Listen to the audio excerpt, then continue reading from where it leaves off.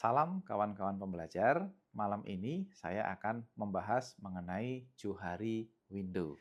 Ini adalah sebuah model pengembangan diri yang dikembangkan oleh dua orang yang bernama Joseph Love dan Harrington Ingham.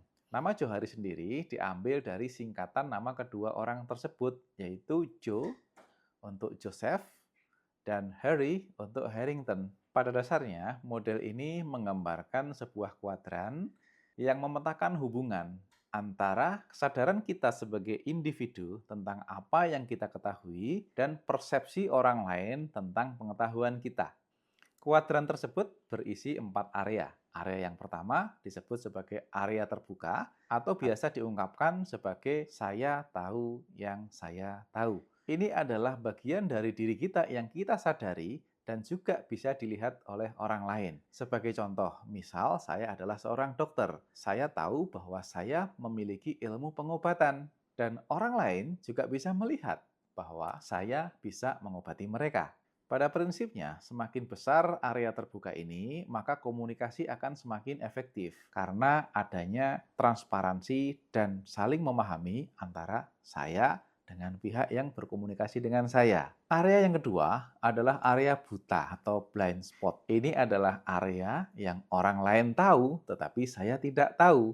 Ya, misal saya sebagai seorang atasan, selama ini saya merasa sebagai orang yang berpikiran sangat terbuka, kemudian juga mudah diajak berdiskusi dan bisa menerima saran dari bawahan. Tetapi ternyata para staf saya berpandangan lain. Mereka takut untuk berkomunikasi dengan saya, takut memberikan saran atau kritik karena ketika rapat saya sering berbicara cepat dengan nada tinggi sehingga mereka menangkap kesan saya adalah orang yang galak dan mudah tersinggung.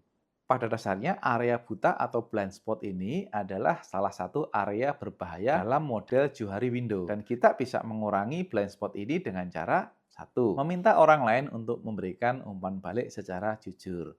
Pastinya kita harus memastikan bahwa mereka tidak perlu sungkan dan menjamin bahwa kita tidak akan sakit hati apapun masukan mereka. Tentu kita juga tidak bisa meminta ini kepada semua orang. Perlu kedekatan, perlu membangun kepercayaan, dan perlu timing yang pas supaya orang tersebut mau memberikan umpan yang sejujur-jujurnya dan selengkap-lengkapnya tentang diri kita. Area yang ketiga adalah area tertutup atau fasad. Untuk lebih mudahnya bisa dikatakan sebagai area yang saya tahu tetapi orang lain tidak tahu.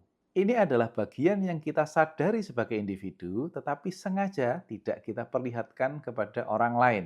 Sebagai contoh, seorang manajer penjualan sudah membaca banyak laporan dari para konsultan yang menyatakan bahwa daya beli masyarakat tahun ini akan menurun dan bahwa preferensi masyarakat sudah beralih kepada produk-produk yang lebih murah. Tetapi kepala penjualan ini memilih untuk tidak membahas ini bersama timnya karena dia memikirkan dampak bahwa hal ini bisa mempengaruhi semangat juang dan mentalitas timnya yang saat itu sedang berapi-api dan memang sudah melihat ada beberapa peluang di depan. Namun sang manajer penjualan dengan bijaksana mengatur strategi pembebanan target, mencarikan area-area baru bagi anak buahnya, dan lebih intens membantu mereka di dalam mencapai target.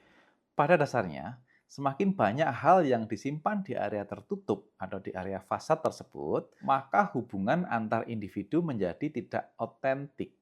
Dan hal tersebut di kemudian hari juga bisa berdampak menjadi distrust atau ketidakpercayaan satu sama lain. Karena ternyata selama ini ada hal yang disembunyikan. Nah, di sini kita perlu upaya untuk saling terbuka satu sama lain sehingga kepercayaan antar individu di dalam tim bisa terbentuk. Area keempat bisa disebut sebagai unknown area atau area yang tidak diketahui. Area ini adalah area yang saya tidak tahu dan orang lain juga tidak tahu. Ini adalah area di dalam diri seseorang yang tidak dia sadari dan juga tidak disadari oleh orang lain. Contoh, seorang manajer produksi yang masih sangat muda, belum pernah ditugaskan untuk memimpin sebuah perubahan sistem produksi, belum pernah memimpin startup pabrik baru, dan juga belum menghadapi krisis apapun. Tetapi tiba-tiba banjir menerjang pabrik mereka sehingga mesin tidak bisa berproduksi Bahan baku dan barang jadi akan segera terendam oleh air banjir. Tanpa diduga siapapun, manajer muda tersebut tampil dengan baik memimpin timnya dan bahkan mengerahkan masyarakat sekitar untuk bisa menyelamatkan barang-barang pabrik tersebut. Dan ketika banjir sudah reda, kerugian perusahaan sangat minimal. Pemimpin perusahaan dan bahkan dirinya sendiri tidak pernah tahu bahwa dia akan bisa memimpin tim dan masyarakat sekitar untuk menghadapi krisis tersebut. Nah, pada prinsipnya, semakin banyak kita mengeksplorasi diri kita sendiri, maka kita akan banyak menemukan hal-hal yang sebenarnya menjadi potensi dari diri kita.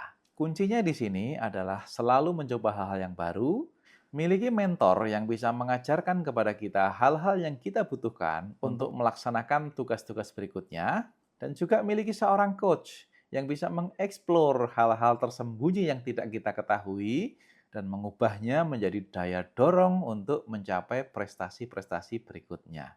Nah, model Johari Window ini sangat bagus ketika kita terapkan untuk pengembangan diri kita maupun pengembangan organisasi kita, karena model ini bisa membantu kita memetakan area-area yang harus kita kembangkan, yang harus kita eksplorasi, atau yang harus kita evaluasi menggunakan umpan balik dari orang lain. Dengan demikian, proses kita untuk belajar dan berkembang akan menjadi lebih efektif. Demikian video kali ini, tetap semangat dan jangan pernah berhenti belajar.